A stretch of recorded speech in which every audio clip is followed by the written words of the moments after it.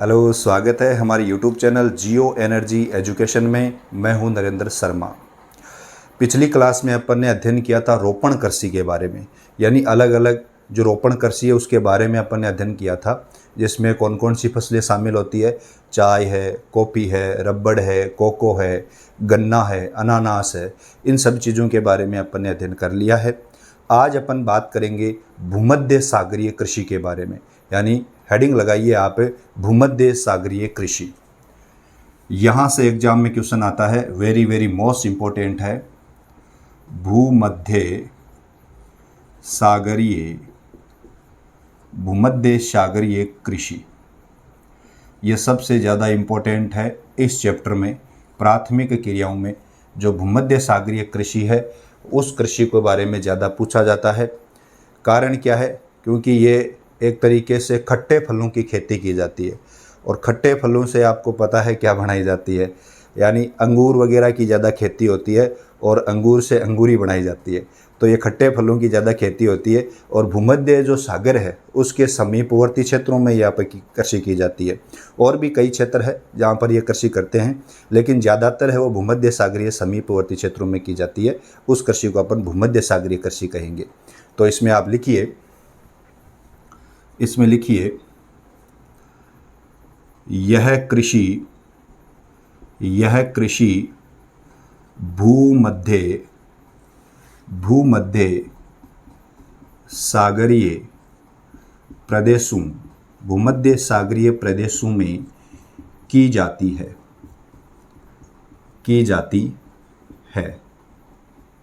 भूमध्य सागरीय प्रदेशों में की जाती है। जैसे आपका हो गया दक्षिणी यूरोप व उत्तरी अफ्रीका। तो ये तो हो गए भूमध्य सागर के चारों ओर वाले, आसपास वाले। और दक्षिण अफ्रीका का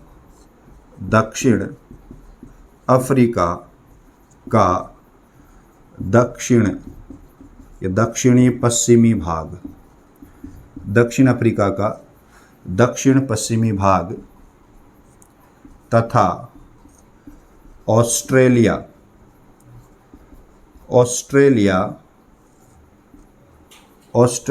का दक्षिण एवं दक्षिण पश्चिमी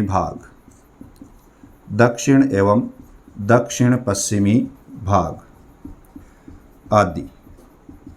तो इन क्षेत्रों में ये ज़्यादा कृषि की जाती है, यानी भूमध्य सागरीय जो प्रदेश है उनके आसपास के जो क्षेत्र है वहाँ पर ये ज़्यादा कृषि की जाती है।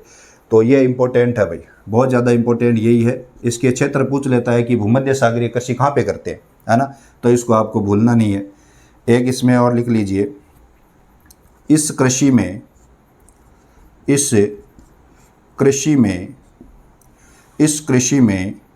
खट्टे फलों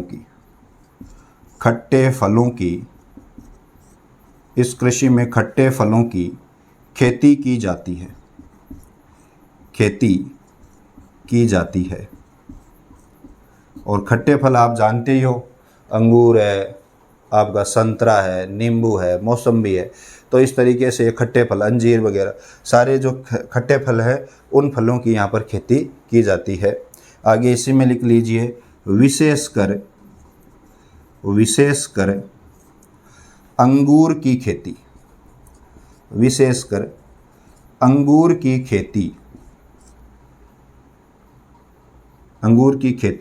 महत्वपूर्ण है। यानी ज़्यादातर किसकी खेती की जाती है? अंगूर की खेती की जाती है। और अंगूर से आपको पता ही है क्या बनाई जाती है, तो इसमें वो भी लिख लीजिए, उच्च श्रेणी के अंगूरों से मदिरा बनाया जाता है। मदिरा का उत्पादन किया जाता है। मदिरा ज़्यादा बनाई जाती है भाई, अंगूरी बनाई जाती है। मदिरा का उत्पादन किया जाता है। तथा निम्न श्रेणी के अंगूरों से मुनक्का एवं किशमिश बनाई जाती है। किशमिश बनाई जाती है। हाँ, जो किशमिश आप खाते हो ना, मुनक्का वगैरह, वो अंगूर से ही बनती है। अंगूरों को सुखा करके उसे बनाई जाती है। और एक चीज़ है ही, मदिरा का उत्पादन किया जाता है ज़्यादा से ज़्यादा। जो भूमध्य सागरीय जो कृषि है ना, उसके आसपास के क्षेत्रों में मदिरा उत्पादन करने की ज़्यादा से ज़्यादा मतलब फैक्ट्रियाँ लगाई गई है ना। तो मदिरा का उत्पादन किया जाता है अंगूरों या मुनक्का से। किशमिश वगैरह बनाते हैं। तो यह है भूमध्य सागरीय कृषि, जो भूमध्य सागरीय प्रदेशों में करते हैं। उत्तरी अफ्रीका, ये नाम आपको याद में रखने भाई, सबसे ज़्यादा ये नाम ही पूछे जाते हैं। और ऐसे और पूछा जाता है कि इस कृषि में या किस कृषि में खट्टे फलों की खेती की जाती है, या ऐसे पूछ सकते हैं भूमध्य सागरीय कृषि की क्या विशेषता क्या है। तो वहाँ पर ज़्यादा से ज़्यादा क्या की जाती है, खट्टे फलों की खेती की जाती है ना। इतना आप नोट कर लीजिए, फिर आगे बढ़ते हैं। नोट कर लिया होगा, आगे बढ़ते हैं। और आगे आप हेडिंग लगाओ मिश्रित कृषि, यानी उसमें क्या हो रहा है, पशुपालन भी हो रहा है और साथ साथ में आपकी कृषि भी हो रही है। तो हेडिंग लगाइए मिश्रित कृषि। मिश्रित, नाम से ही स्पष्ट है, मिश्रित कृषि। और मिश्रित कृषि में ये ज़्यादा इतनी इम्पोर्टेंट नहीं है, इसमें एक दो लाइन ही आपको याद में रखनी है कि जैसे पशुपालन और जो हमारी कृषि है वो एक साथ की जाती है, दोनों को समान महत्व दिया जाता है। तो इसमें लिख लीजिए आप, इस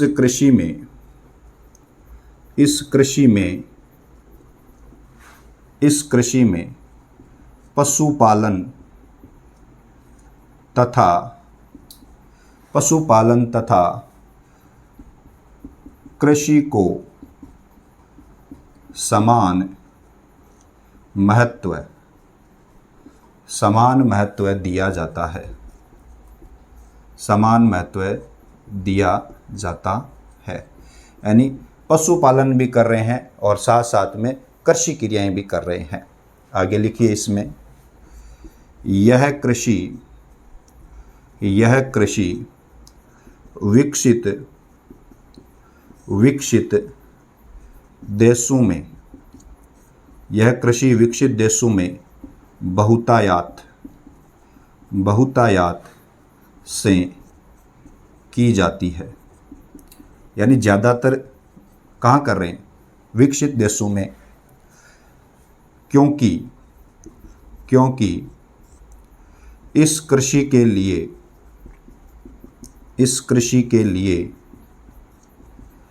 अत्यधिक पूंजी तथा अत्यधिक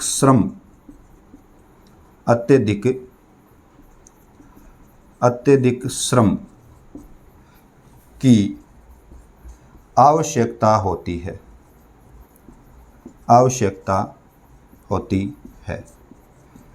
कहने का मतलब यह है कि विकसित देश ज़्यादातर करते हैं। अब आप कहोगे सर पशुपालन तो हम भी करते हैं और साथ में कृषि भी करते हैं। बिल्कुल करते हैं, वही मिश्रित कृषि है।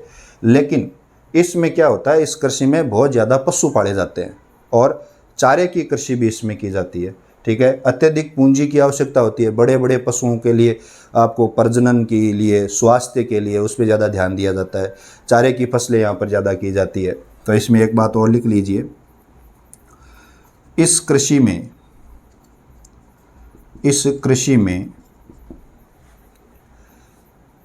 कृषि के साथ, ऐसे लिखिए, इस कृषि के साथ गेहूं, जौ, राई तथा मक्का और चारे की फसल,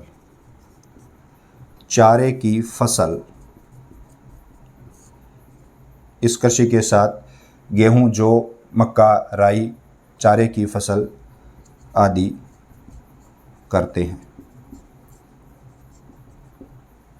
आदि पैदा करते हैं। यानी चावल की ये जो चारे की फसल है वो ज़्यादा पैदा करते हैं।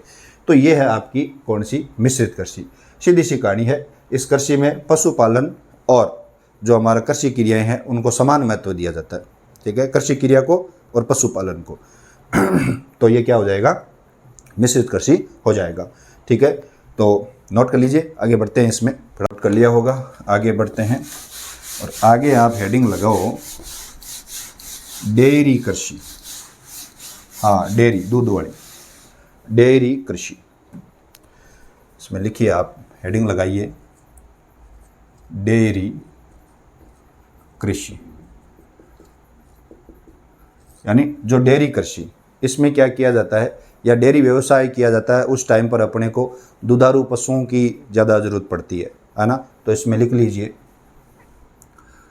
डेयरी व्यवसाय।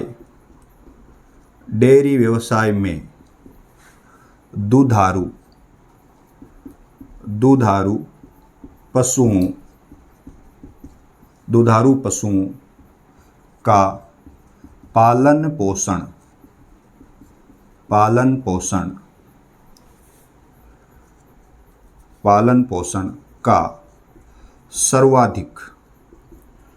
पोषण का सर्वाधिक उन्नत एवं दक्ष प्रकार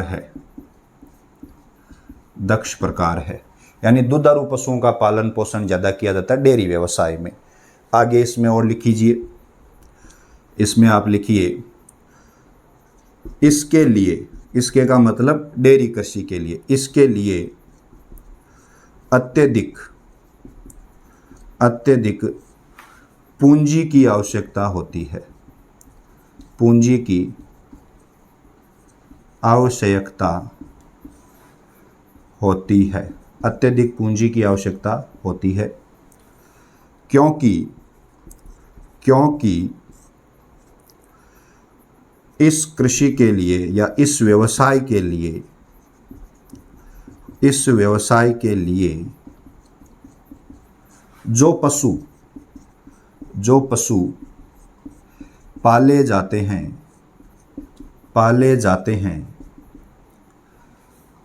उन पर अत्यधिक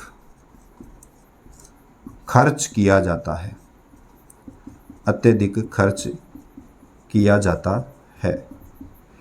जैसे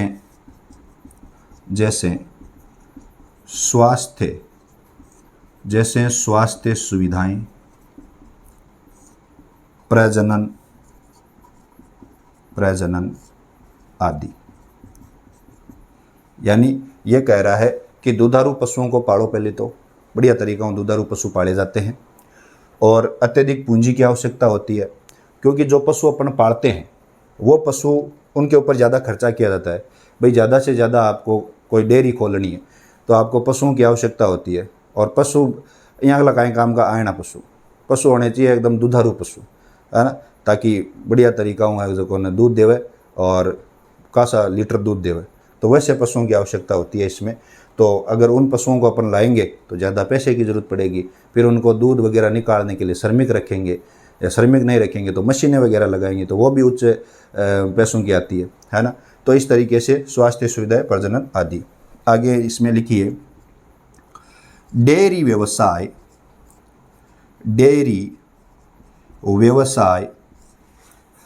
नगरीय तथा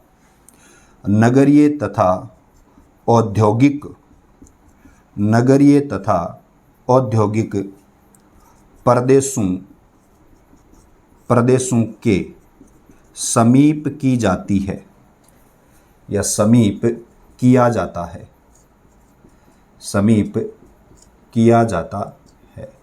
यानी नगरीय और औद्योगिक जो प्रदेश है, क्योंकि उनकी जनसंख्या क्या रहती है भाई, ज़्यादा रहती है, और ज़्यादा जनसंख्या रहेगी तो उनका दूध का धंधा है वो अच्छा तरीके से चलेगा। ठीक है, आगे इसमें लिखिए, ये इम्पोर्टेंट है, डेयरी कृषि के 3 प्रमुख क्षेत्र हैं। डेयरी कृषि के 3 प्रमुख क्षेत्र हैं और तीनों में लिख लीजिए आप। पहला लिख लीजिए उत्तर पश्चिम, उत्तर पश्चिम यूरोप, उत्तर पश्चिम में यूरोप। दूसरा लिख लीजिए कनाडा और तीसरा हो गया आपका न्यूजीलैंड, एक हो गया ऑस्ट्रेलिया, न्यूजीलैंड, ऑस्ट्रेलिया, इसका कुछ भाग है, एवं तस्मानिया। ये आपने मैप में देखा होगा कि जैसे मान लीजिए इस तरीके से ऑस्ट्रेलिया, यहाँ पर एक छोटा सा एक देश और बना हुआ तस्मानिया, वो भी है। तो ये है साहब के एक तो भूमध्य सागरीय कृषि, एक हो गई मिश्रित कृषि और एक हो गई आपकी डेयरी कृषि। ठीक है, डेयरी कृषि में आपको क्या याद रखना है? 3 प्रमुख क्षेत्र याद रखने हैं। नगर और औद्योगिक क्षेत्रों या उनके समीप ही डेयरी व्यवसाय किया जाता है ताकि दूध वगैरह फटे को नहीं और बिके भी बढ़िया ताजो। ठीक है, और 3 क्षेत्र कौन कौन से हो गए? उत्तर पश्चिमी यूरोप, कनाडा, न्यूजीलैंड और ऑस्ट्रेलिया, तस्मानिया। ठीक है, तो यहाँ तक आज रखेंगे अपन। आगे की क्लास अपन आगे डाल देंगे, तो उसके हिसाब से आप आगे बढ़ते रहिए। चैनल है, आप क्या करो, सब्सक्राइब करना है। आप कहोगे रोज़ कहते हैं सर, लेकिन आपको आगे से आगे शेयर करो। जो सब्सक्राइब कर दिया उसको क्या करना है? शेयर करना। स्टेटस लगाइए आप व्हाट्सएप के ऊपर ताकि आगे से आगे बच्चों के पास हमारा वीडियो ये पहुँचे।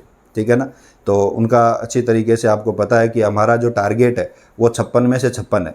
और अगर ज्योग्राफी में आपके 56 में से 56 आ गए, 14 नंबर आपके शतरंज के भेज दिए जाते हैं, 30 नंबर आपका प्रैक्टिकल के भेज दिए जाते हैं, तो 100 में से 100 नंबर हो गए। तो इसको अपन टारगेट लेकर के चल रहे हैं। और साथ साथ में अपन जैसे बात करें तो जो कंपटीशन लाइन की जो तैयारी करते हैं उनके लिए पूछा जाता है भूमध्य सागरीय क्षेत्र। रीट में भी पूछा गया था भूमध्य सागरीय जो कृषि है उस कृषि के क्षेत्र बताइए।